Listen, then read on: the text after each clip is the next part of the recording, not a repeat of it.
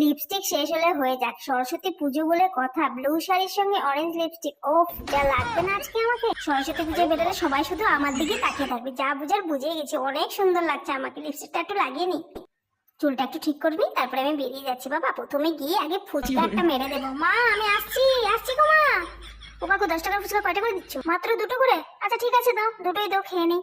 ফুচকা না খেলে তো আমার মন প্রাণ শান্ত হয় না। আচ্ছা খেয়ে দেখি কেমন হয়েছে। কাকু দুর্দান্ত বানিয়েছে, দুর্দান্ত দুর্দান্ত। আর একটু ঝাল করে দাও না কাকু, খেয়ে দেখি। এটা তো খুব টেস্টি বানিয়েছে। একটু মোবাইলটা দেখে নি কেমন।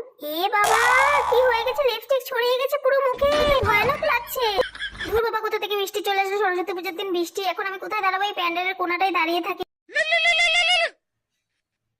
হ্যালো, হ্যাঁ বল। এই বৃষ্টির কোনায় আমি দাঁড়িয়ে আছি রে। আর বেরাস না বেরাস না, অনেক কিছু প্ল্যান করেছিলাম, সবকিছু চম্পট হয়ে গেছে। আমি এবার জুতো হাতে নিয়ে একেবারে বাড়িতেই পালিয়ে যাই।